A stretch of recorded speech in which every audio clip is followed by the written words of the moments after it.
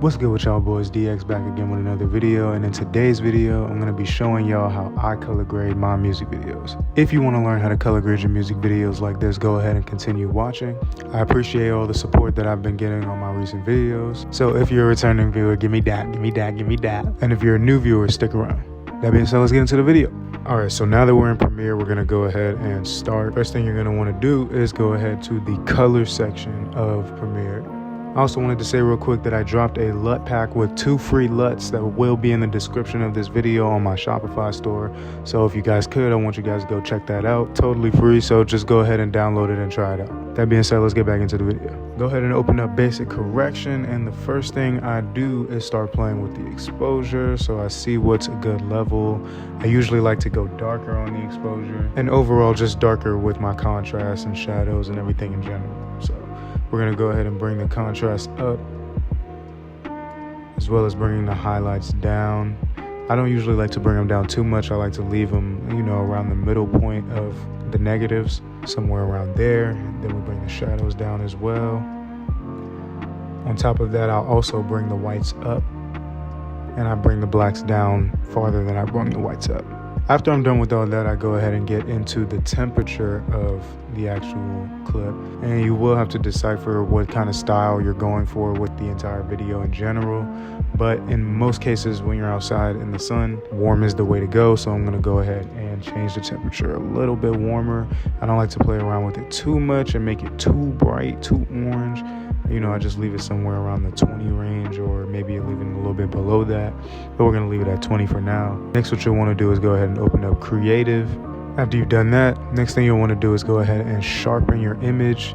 I like to sharpen mine a good bit. I'd say somewhere around 50 is cool. I'd say just sharpen it until it's visible on your camera. Then I bring my vibrance up, and after I bring the vibrance up to somewhere around 40, I actually bring my saturation down just a bit, something like 95.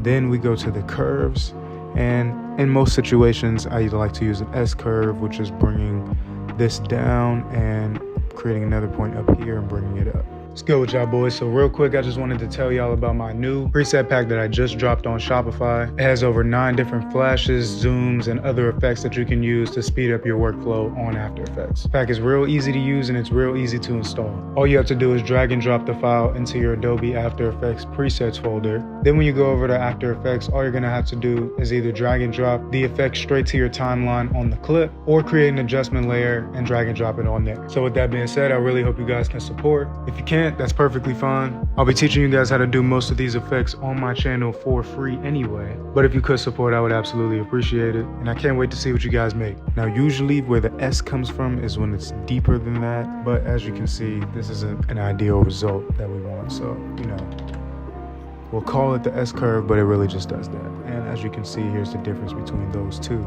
Next, we'll go on to the color wheels. This is where you'll choose your midtones, highlights, and your shadows, the colors of which the main one you want to play around with is your midtones. Again, the color that you use is all based on your footage, but I think a nice purple pinkish midtone looks good on this video, or this clip right here.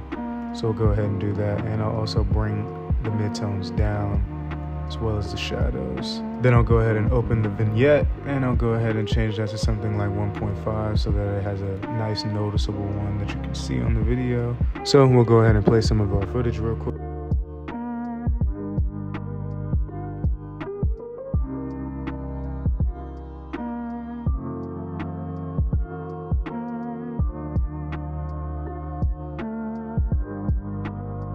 And that'll actually wrap up today's video. If you guys enjoyed, I want you to go ahead and hit it with a like, comment, and subscribe.